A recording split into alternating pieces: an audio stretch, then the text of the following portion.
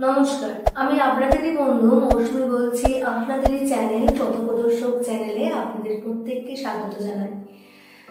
আমি আপনাদের সাথে যোগাযোগ শুরু হয়েছে আমার অ্যাস্ট্রো নলেজ নিয়ে, অর্থাৎ জ্যোতিষ বিষয়ে আমরা কিছু আলোচনা করব। অর্থাৎ জ্যোতিষ শিখতে গেলে প্রথম যে পদক্ষেপ আমি একটা রিলসে দেখিয়েছিলাম যে 12টা রাশির নাম আপনাদের শিখতে বলেছিলাম। তো সেটা যদি জানা হয়ে থাকে তাহলে আমরা পরের স্টেপে এগোবো। তো তাও একবার প্রথমে সেই 12টা রাশির নাম বলি। মেষ রাশি, তারপরে আপনার বৃষ রাশি, 3 নম্বর রাশি হচ্ছে আপনার মিথুন, 4 নম্বর আপনার কর্কট, পঞ্চম রাশি হচ্ছে আপনার সিংহ, ষষ্ঠ হচ্ছে আপনার কন্যা এবং সপ্তম তুলা, অষ্টম বৃশ্চিক এবং নবম হচ্ছে ধনু, দশম মকর, 11 অর্থাৎ 11 একাদশ রাশি হচ্ছে কুম্ভ এবং দ্বাদশ রাশি মীন। আজ আমরা যেটা শিখবো সেটা হচ্ছে প্রত্যেকটা রাশি অধিপতি, অর্থাৎ এই প্রত্যেকটা রাশির কোনো গ্রহের প্রভাব রয়েছে। অধিপতি মানে হচ্ছে যার অধীনে এই রাশিগুলোকে আমরা ভেবে থাকি বা এই রাশিগুলোর বৈশিষ্ট্য প্রকাশ পায়, সেটা আমরা আজকে জানি।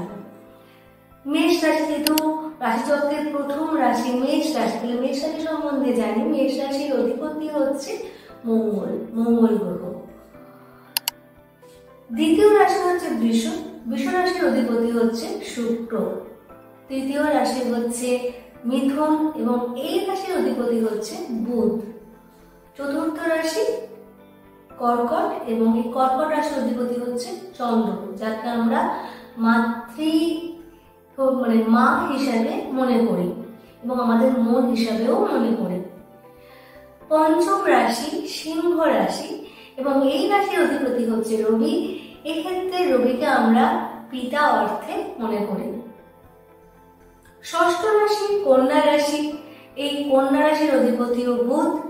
সপ্তম রাশি তুলা রাশি, তুলা রাশির অধিপতি হচ্ছে আপনার শুক্র।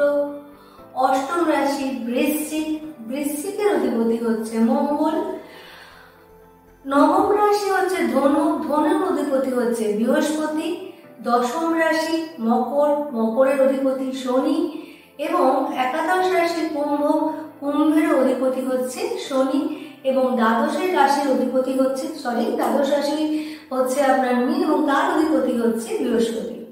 আমি তো পরপর বললাম, কিন্তু আপনাদের মনে রাখার জন্য একটা ট্রিক্স মনে রাখবেন এই করে, যেহেতু প্রথমে মনে রাখুন গ্রহ কটা। গ্রহ হচ্ছে 9টা। সেই 9টা হলো কি? রবি চন্দ্র, মঙ্গল, বুধ, বৃহস্পতি, শুক্র, শনি।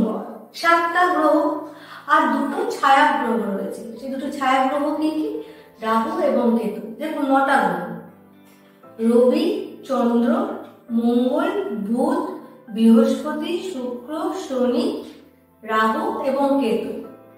এবার এই রাহু কেতু যেহেতু ছায়া গ্রহ, তাই ওই যে 12টি রাশি রয়েছে মেষ থেকে মীন পর্যন্ত, এই 12টি রাশির প্রতি এই রাহু এবং কেতু সরাসরি প্রভাব বিস্তার করে না। যেই গ্রহে থাকে বা যেই ভাবে থাকে সেই ভাবের সাথে বা সেই গ্রহের মতন আচরণ করে, সেটা পরে আলোচনার বিষয়, সেটা আরো পরে। কিন্তু আমাদের যেটা জানতে হবে যে এই 12টা রাশির তাহলে কাদের আধিপত্য বেশি? 7টা রাশি আধিপত্য বেশি। এবার আমি তো পরপর বললাম যে মঙ্গল হচ্ছে মেষের আর বৃশ্চিকের। আমি এইভাবে বললে আপনাদের সুবিধা হবে। মঙ্গলের অধিপতি কোন দুটো রাশি? সেটা হচ্ছে মেষ এবং বৃশ্চিক। শুক্রের অধিপতি কোন দুটো গ্রহ? বৃষ এবং তুলা। বুধের অধিপতি হচ্ছে আপনার মিথুন আর কন্যা। এবার কর্কট চন্দ্র, এই নক্ষত্র মন্ডলে একটাই এবং মা হিসেবে ধরা হয়।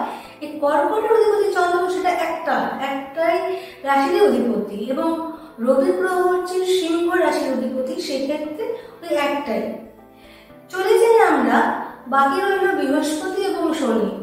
ধনু অর্থাৎ 9 নম্বর রাশি যে ধনু এবং দ্বাদশ রাশি যে হচ্ছে আপনার মীন, এই দুটো রাশির অধিপতি হচ্ছে বৃহস্পতি। আর দশম এবং একাদশ অর্থাৎ মকর এবং কুম্ভ রাশির অধিপতি হচ্ছে আপনার শনি। অর্থাৎ আপনি যদি এইভাবে মাথায় রাখেন, প্রথমে আপনি অবশ্যই বা আপনারা অবশ্যই রাশিগুলোর নাম মনে রাখুন এবং রাশির অধিপতি এবং তারও আগে গ্রহগুলো, যে আমাদের 7টা গ্রহ এবং 2টি ছায়া গ্রহ, এটা মাথায় রাখুন।